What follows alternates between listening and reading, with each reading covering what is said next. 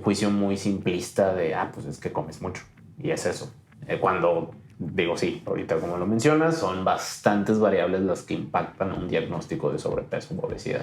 No nada más es un factor lo que comes y lo que gastas, o esa es una manera muy reduccionista de verlo. Por supuesto que es una de las variables, pero no nada más es eso lo que está impactando al diagnóstico de la persona. Sí, imagínense, o sea, si fueras tan simple que solamente fuera tu alimentación, probablemente no tendríamos la problemática que hoy en día tenemos. Tan grande, con tantas personas. Si tu objetivo es bajar de peso por una boda, muy respetable, pero muy probablemente ese peso lo vas a recuperar, porque tus motivos o las razones que pues se va a pasar la boda. Exacto, es un día. Exacto, entonces... Después de ese día que procede. O sea, por eso los objetivos deben ir más orientados hacia la salud. Yo hago énfasis en el labor de nuestra profesión. O sea, que sí lo esté abordando un nutriólogo para hacer un mejor juicio respecto a su composición corporal. O sea, no nada más estar evaluando el progreso de este tipo de pacientes con el peso. Sí, sí.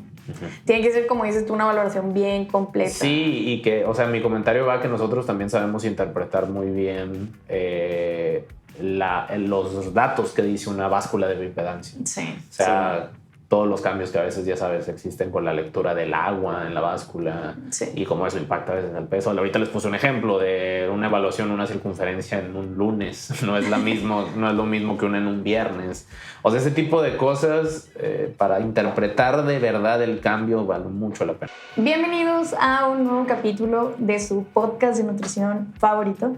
Evidentemente, aquí tengo a mi compañero Roberto. ¿Qué onda? ¿Cómo estás? Bien, ¿y tú, Liz? ¿Todo chido? Muy bien, también. Todo cool. Después de un pequeño percance que ya te platiqué ahorita. Sí. Las calles y la gente se pone bien densa. Oye, como que hoy anda la gente medio intensa, no sé si es el calor. Sí, los cambios de clima. O sea, los contrastes. Cuando de calor empieza a hacer frío y cuando de frío empieza a hacer calor. Y la cosa es que aquí en Monterrey pasa todo el tiempo eso.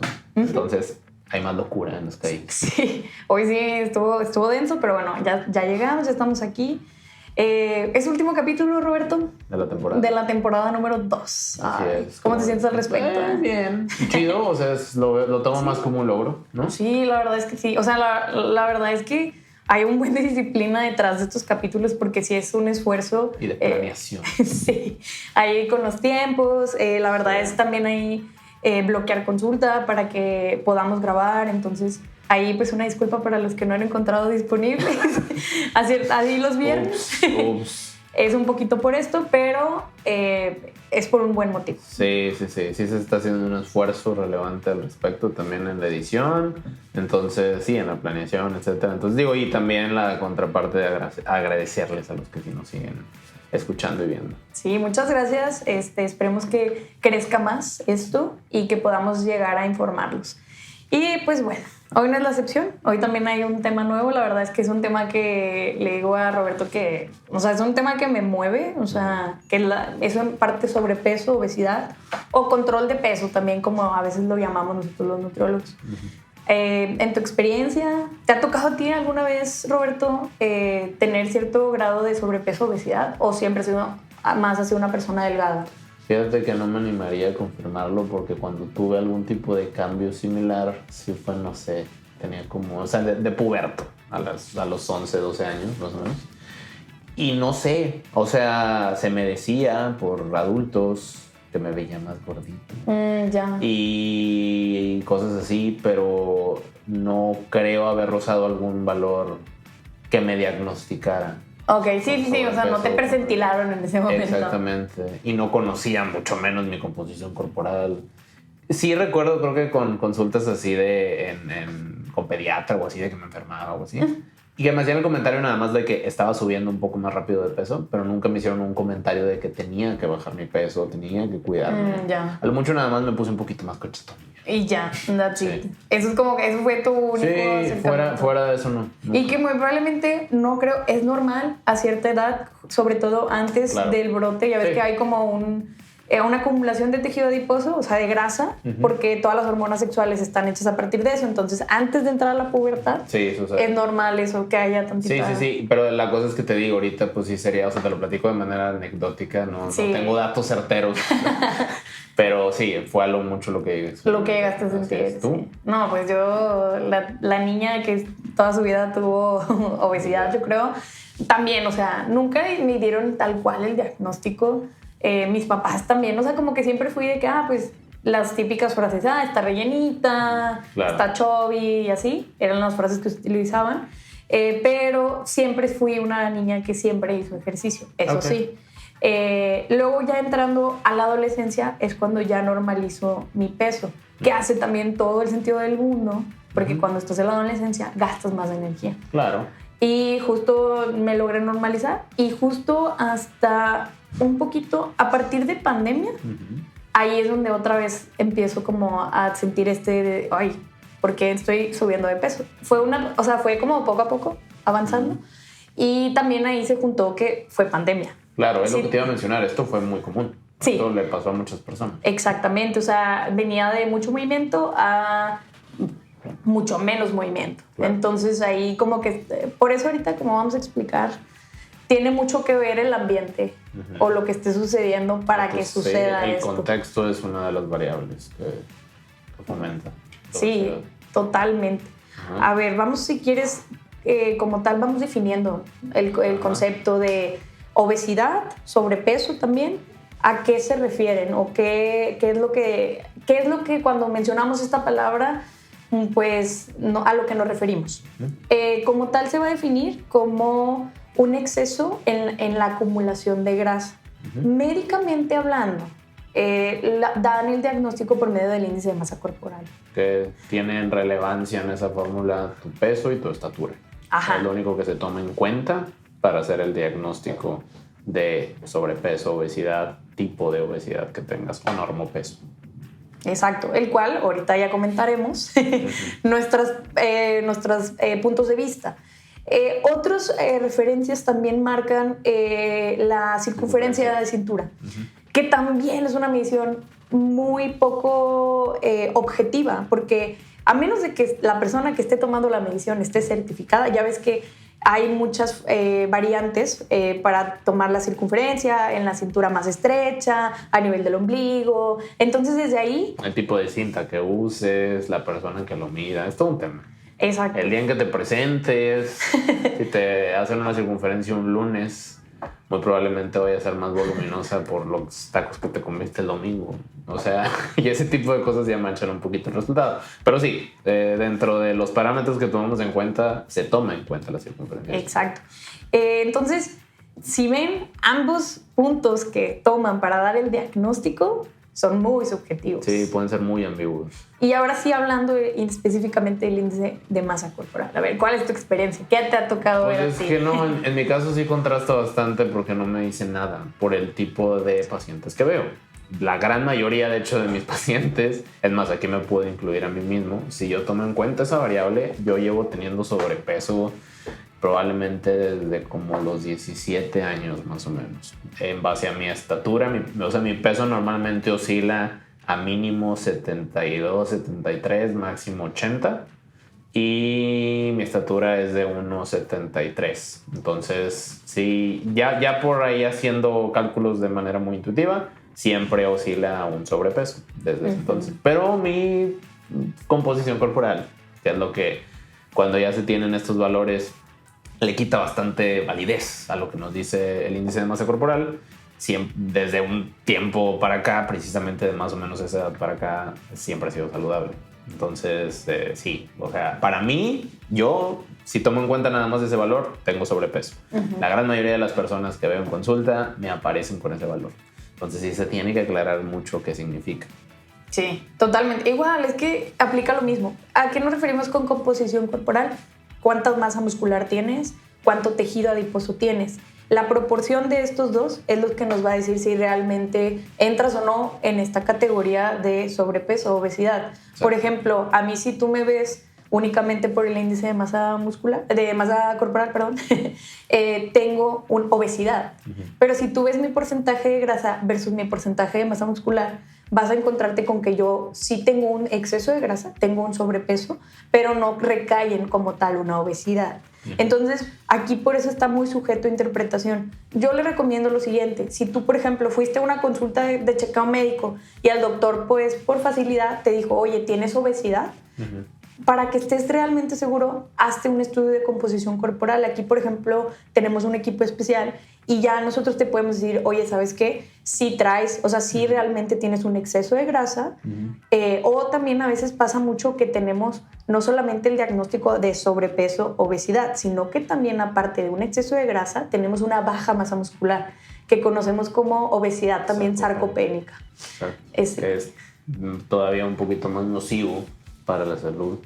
Y sí, tomando en cuenta eso, digo, ahí también podemos darle un punto a favor a lo mejor al índice de masa corporal bajo el ejemplo que acabas de decir. Porque, por ejemplo, si vas a una consulta médica y si el médico de una manera profesional te hace ese comentario, no necesariamente significa, o más bien es un primer paso para que tú a lo mejor te cuestiones si valdría la pena hacer un segundo paso para evaluar tu composición corporal. O sea, para que sí tengas tú entendido de que a lo mejor hay algo ahí que tienes que voltear a ver en tu composición corporal. No está mal que se te diga primero ese diagnóstico, pero también no le apuestes por completo nada más al índice de masa corporal si tienes que hacer algún cambio o no. Sí, de hecho, siendo bien sincera, yo ya me he dado cuenta que ya empieza a cambiar esto en el gremio médico. Ya hay muchos doctores que son conscientes y que saben sobre la composición corporal. O que inclusive, digo, según sé, ahorita que mencionábamos hace ratito antes de grabar también mencionaste tú del tema de un endocrino. Muchos tienen también ya básculas que evalúan tu composición corporal, varios médicos. Sí, muchos sí tienen también esas básculas, y si no las tienen, son muy cuidadosos con el lenguaje que utilizan. O sea, justo a mí ya me ha pasado, digo, también ahí siempre, pues lo que siempre les decimos, busquen a aquellos profesionales que les den confianza, porque luego ya pasa que nos llevamos muy malas experiencias, ¿no? Claro. A todos nos ha pasado. Pero por lo menos endocrinólogos con los que yo trabajo y que refiero pacientes, sé o les puedo asegurar que van a respetar mucho como la forma de decirles, explicarles, y les van a desenvolver ahora sí que todo, ¿verdad? Que de hecho es otro de los puntos que queremos hablar. O sea, ¿qué propicia que una persona tenga obesidad? O sea, ¿por qué una persona tiene sobrepeso versus otra? Porque el típico ejemplo es que yo como lo mismo que él, y yo de que si me como un taquito yo ya subí 3 kilos. Si y la otra agua, persona engordo. Exacto. Sí, en esos comentarios. Sí, no, y digo, ahí también tiene que ver mucho, inclusive en el gremio médico, que sí existía un juicio muy simplista de, pues es que comes mucho. Y es eso. Cuando, digo, sí, ahorita como lo mencionas, son bastantes variables las que impactan un diagnóstico de sobrepeso o obesidad. No nada más es un factor lo que comes y lo que gastas, o esa es una manera muy reduccionista de verlo. Por supuesto que es una de las variables, pero no nada más es eso lo que está impactando al diagnóstico de la persona.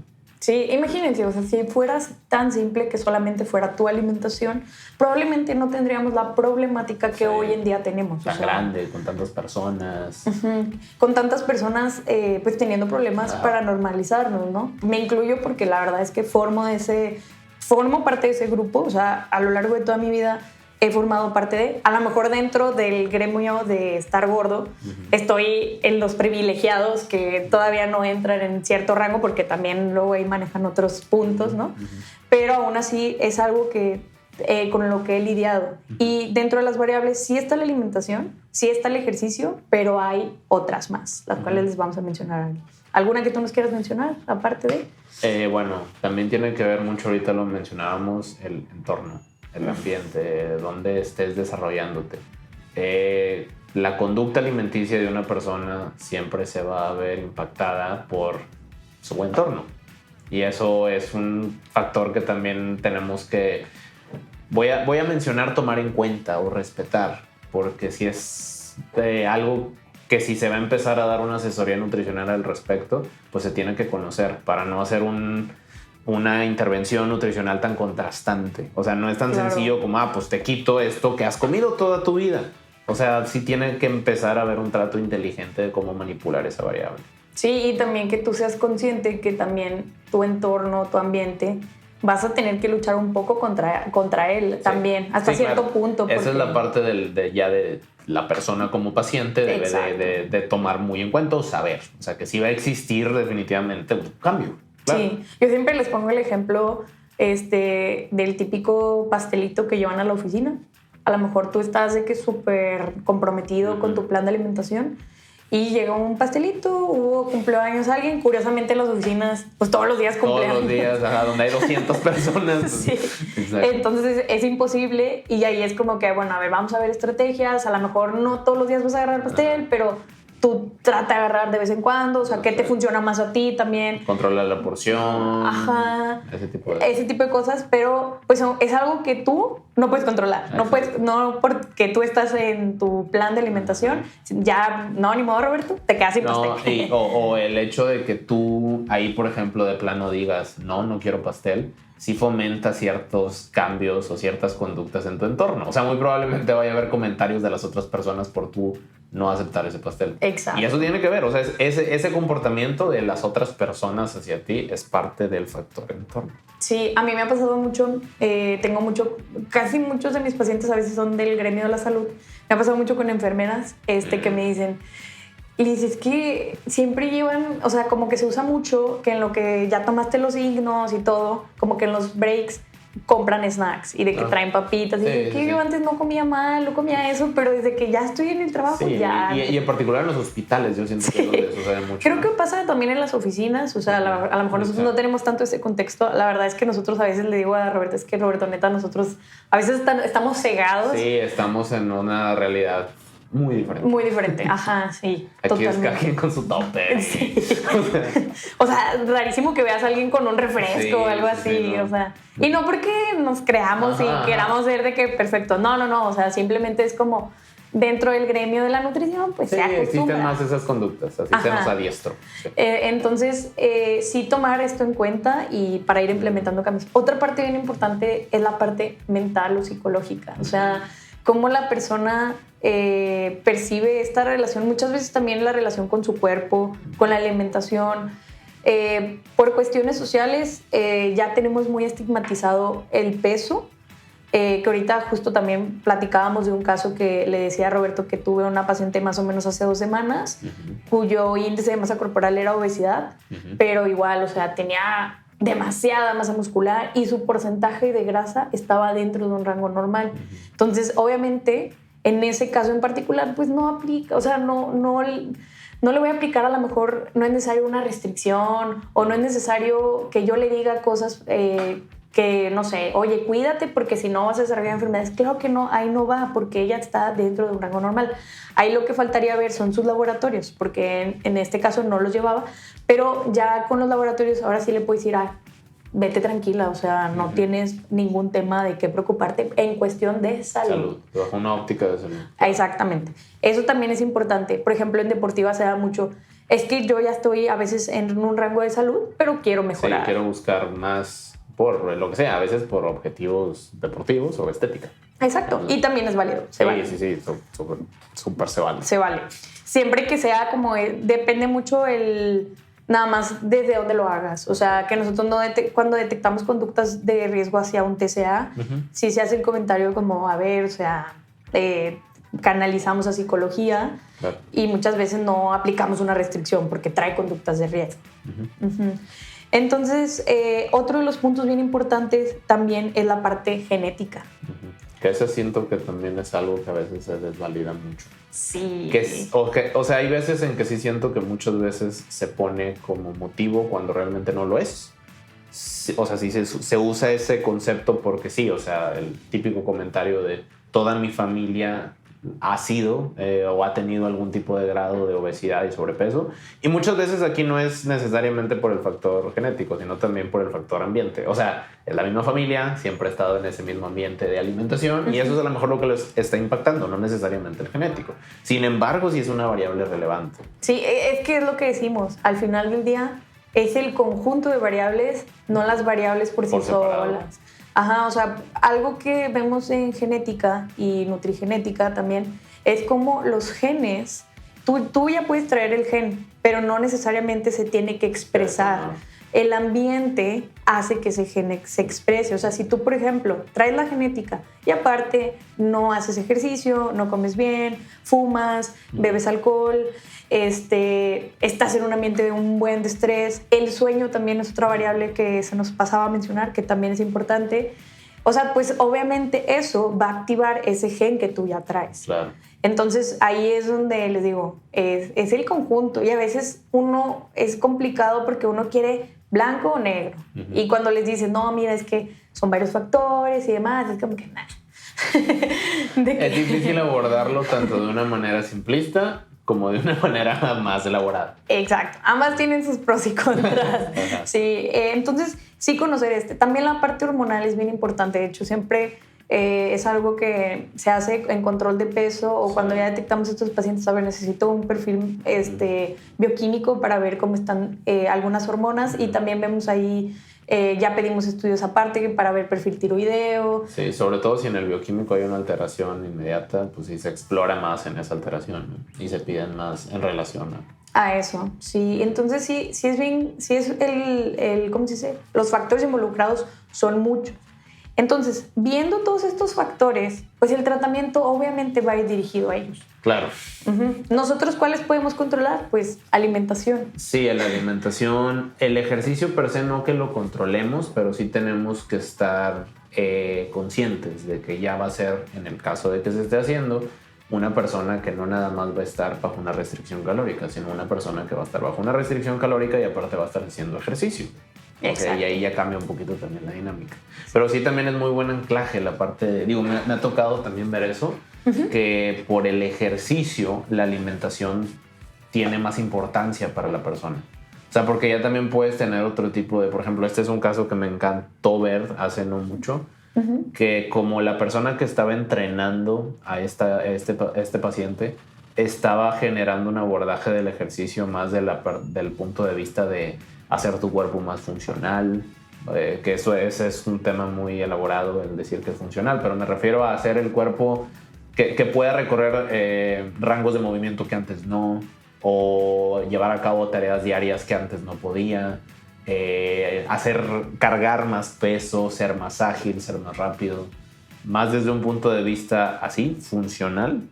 Era motivo para que la persona estuviera también más motivada a hacer un plan de alimentación que le fomentara a hacerse mejor en todas esas aptitudes del ejercicio. Entonces ya generaba un poquito más de motivación esa parte. El factor de que el ejercicio no era haz ejercicio porque tienes que bajar de peso. Exacto, iba enfocado hacia otro lado. De hecho, muchas veces lo planteamos. Si tu objetivo es bajar de peso por una boda, muy respetable, pero muy probablemente ese peso lo vas a recuperar porque tus motivos o las razones que pues se va a pasar la boda. Exacto, es un día. Exacto, entonces después de ese día que procede. O sea, por eso los objetivos deben ir más orientados hacia la salud. Ahí también importante ver que se va a dividir el tratamiento desde una perspectiva nutricional en 3 categorías. Más que esas 3 categorías nos vamos a tener sí o sí que enlazar con otras especialidades, entre ellas especialidades médicas. La primera de ellas es que primero necesitamos que si tú estás presentando, ya detectamos un tema de sobrepeso, obesidad, sí o sí hay que hacer cambios y modificaciones en nuestra alimentación. Hay que brindar educación acerca de la combinación, acerca de las porciones, también es importante. Y todo esto en función de cómo también el paciente se esté sintiendo. O sea, también aquí es importante introducir la parte de terapia psicológica. Muchas veces manejan mucho la terapia psicológica cognitivo-conductual, porque muchas veces son conductas que traemos, que a veces nos las enseñaron en casa, que a lo mejor hay que cambiarlas, o también mejorar la relación con los alimentos o con su cuerpo. Hay mucha dismorfia corporal, a veces también hacia ambos lados, hacia que se perciban de un tamaño diferente, o sea, que se perciban a lo mejor más pequeños de lo que están, al contrario, más grandes de lo que realmente están. Entonces son cosas que sí o sí se tienen que trabajar con terapia. Nutrición, ¿cómo funge ahí? Pues explicando esto de la composición corporal, quitando el estigma del peso, que entiendan que el peso al final del día pues no nos dice básicamente nada, no, o sea, no nos dice mucho. Entonces son cosas que se van trabajando. También ahí implementamos el ejercicio, hacemos el match. Esto es por un mínimo de 6 meses. ¿Por qué 6 meses? O sea, si en esos 6 meses no estamos viendo cambios, no hemos visto que se mueva su porcentaje de grasa, ahí es donde, ok, algo está pasando. ¿Cuánto es el mínimo que se busca? De un 5 a un 10%. Refiriéndote a pérdida de peso. De grasa. De grasa, nada más. De grasa, únicamente. Y también, pues, a que ese peso que luego, porque luego si te vas a peso, sí lo bajan, pero a expensas de masa muscular. Claro. Y no queremos eso. De hecho, si se detecta que al paciente le hace falta masa muscular, también se tiene que trabajar en su incremento de masa muscular. Y digo, aquí hacemos o hago énfasis en el labor de nuestra profesión. O sea, que sí lo esté abordando un nutriólogo para hacer un mejor juicio respecto a su composición corporal. O sea, no nada más estar evaluando el progreso de este tipo de pacientes con el peso. Sí. Sí. Tiene que ser, como dices tú, una valoración bien completa. Sí, y que, o sea, mi comentario va que nosotros también sabemos interpretar muy bien los datos que dice una báscula de bioimpedancia. Sí. O sea, todos los cambios que a veces, ya sabes, existen con la lectura del agua en la báscula y cómo eso impacta a veces en el peso. Ahorita les puse un ejemplo de una evaluación, una circunferencia en un lunes. No es lo mismo que una en un viernes. O sea, ese tipo de cosas para interpretar de verdad el cambio vale mucho la pena. Claro. Con nosotros. Sí. Entonces, es que justo ese feeling es el que traen los nutriólogos. Entiendo que, de hecho, hay mucho odio a los nutriólogos, al gremio. Nos hicimos un poco de mala fama, la verdad. Dentro del área ha existido mucha charlatanería en los años pasados, entonces pues tiene un poquito de sentido que se nos cuestione a nuestra profesión. Sí, o sea, ya tal cual. Hace poquito veía a una influencer que la verdad me gusta su contenido, se llama la Fashionista. Se lo ubica. Hizo una plática donde decía, pues es que los nutriólogos son más predecibles que los temblores en septiembre en Ciudad de México. Decía, siempre dan una hojita y que no sé qué. Sí, o sea, dijo el cliché del nutriólogo y dije, pues es que sí, o sea... Ese cliché es un cliché por algo. Sí, pero pues obviamente uno que sabe el detrás de esa hojita o que entiende, o sea, o que va a hacer lo posible por ver si realmente el paciente necesita o no la hojita esa tan famosa, pues es nuestra, no, ahora sí que nuestro trabajo, ¿no? Pero bueno, ahí un pequeño corte comercial. Como les comentaba, esos cambios los tenemos que valorar. Si vemos que no hay cambios, ahí es cuando un nutriólogo bien capacitado y que sepa va a canalizar de inmediato a endocrinología, ¿ok? Porque si tu paciente no muestra cambios en su porcentaje de grasa y sí está haciendo su plan de alimentación, sí está haciendo ejercicio, ya lleva 6 meses en ello, es momento de ver qué otra cosa está pasando. Entonces, sí, precisamente es alguna de las variables hormonales que exactamente, hormonales, y es ahí donde ya referimos con endocrinología. El endocrinólogo es el único que puede recetar algún medicamento farmacológico para el control de peso. Exacto, mucho énfasis en eso. Tomar un fármaco que fomente pérdidas de peso no es cualquier cosa.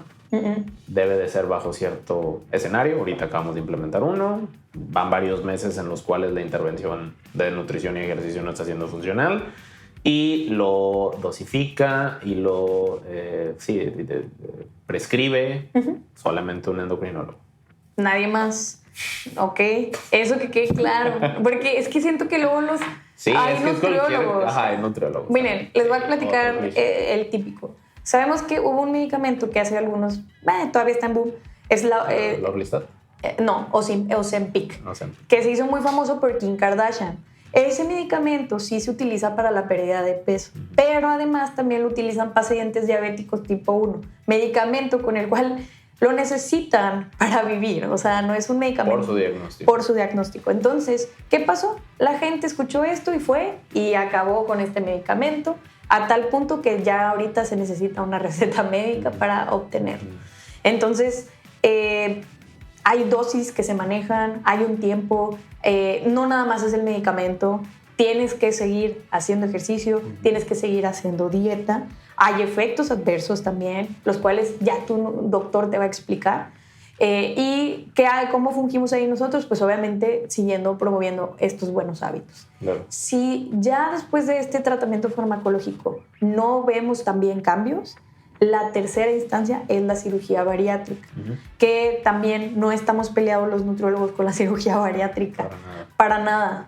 El tema es que hay un protocolo y a veces ese protocolo no se sigue. Exacto. Sí. Yo tengo ahí varias experiencias con pacientes bariátricos que justo he detectado yo que no se sigue el protocolo adecuado, ¿ok?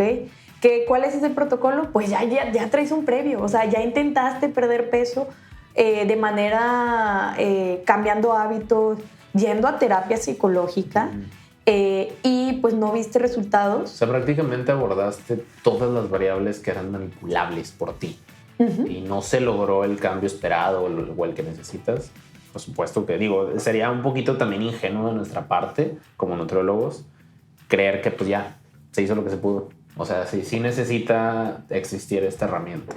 Sí, no, y la verdad es que también aquí quiero hacer mucho hincapié. A ver, no están obligados a fuerza, si no funcionó, medicamento, cirugía. No. Eso claro. Se pone sobre la mesa y cada persona es dueño 100% libres de decidirlo. Sí. Y también estaría mal, desde mi perspectiva, no sé si la compartes, tratar de forzarlos claro. a que lleven a cabo estos procesos, sea farmacológico o sea de cirugía. Sí. Sí, a mí me ha pasado, por ejemplo, mucho con la cirugía bariátrica, que la persona como que no dimensiona lo que es. Okay. Sí, porque nada más se le ve por fuera pues me quitaron el peso extra que tenía, voy a tener ahora menos apetito. Sin embargo, es todo un tema. Sí, no, es muy complejo. De hecho, hay muchas cosas, o sea, va a ser un cambio ahora sí, anatómico de tu cuerpo. Entonces, hay muchos efectos que vienen y de hecho yo siempre les digo, si tú crees que antes te cuidabas, ahora te tienes que cuidar el doble. Necesitas tener esa predisposición de que ahora sí no hay manera de no cuidar.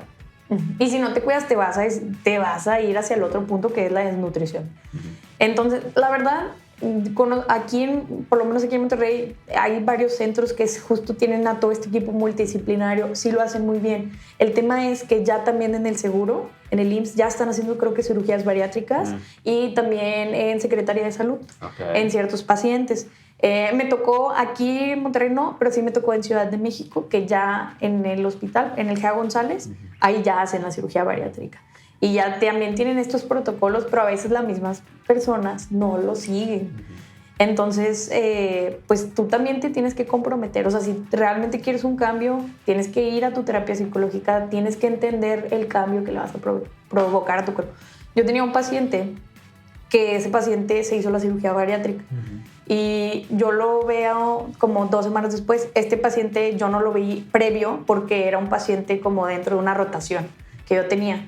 Y justo, ¿qué creen que fue lo primero que me dijo? Que a mí yo dije, no, o sea, ¿por qué se operó? Me dijo, es que si yo hubiera sabido todo lo que conllevaba la cirugía, no se hubiera operado. No me hubiera operado. Ella, hasta donde sé, es un testimonio común, ¿no? Es común. No todos. O sea, hay pacientes que sí, como que sí tienen toda esta conciencia y les va súper bien.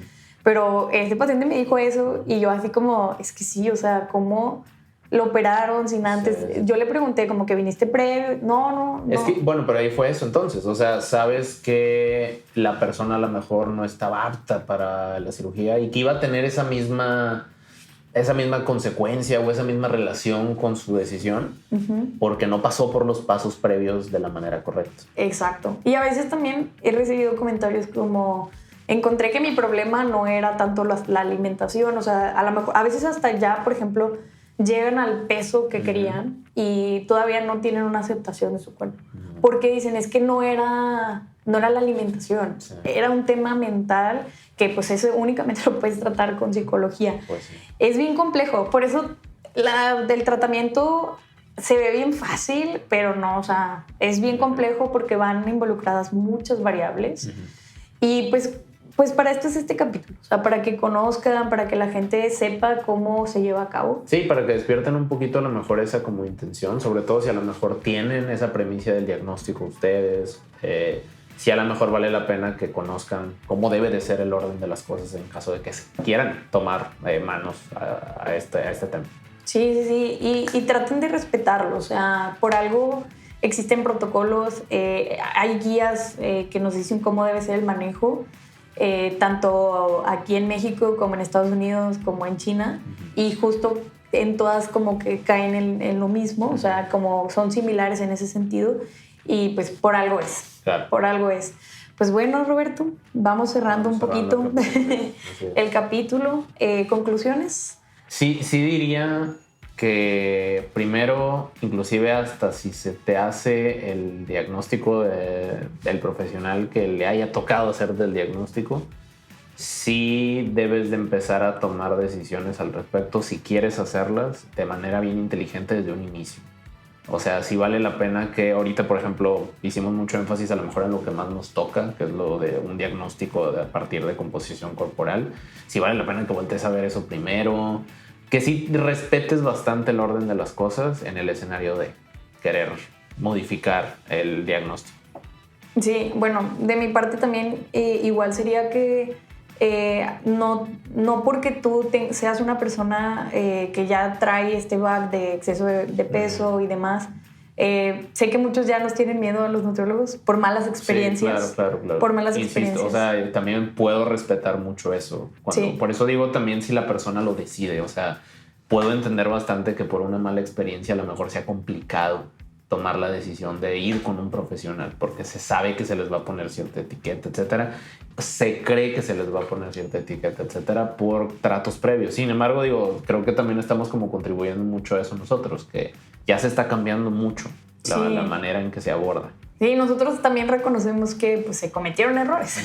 Evidentemente algo en el gremio hicimos mal, pero ya hoy en día, o cualquier nutriólogo que tenga un fundamento científico, que realmente tenga contacto con estos pacientes, sabe que va más allá, o sea, y que entendamos que el tratamiento que nosotros les proponemos va a ir moldeado a lo que tú como persona en ese momento, o sea, conforme tú te vayas sintiendo cómodo. O sea, he tenido pacientes que a veces no les doy esa hoja. O sea, a veces nada más tratamos, ok, vamos a implementar que consumas vegetales, frutas, vamos a ver cómo te sientes y así poco a poco vamos cambiando. Y es un abordaje bien noble. O sea, claro. Ya no es muy invasivo, no es una polarización de los hábitos que ya tenían previo.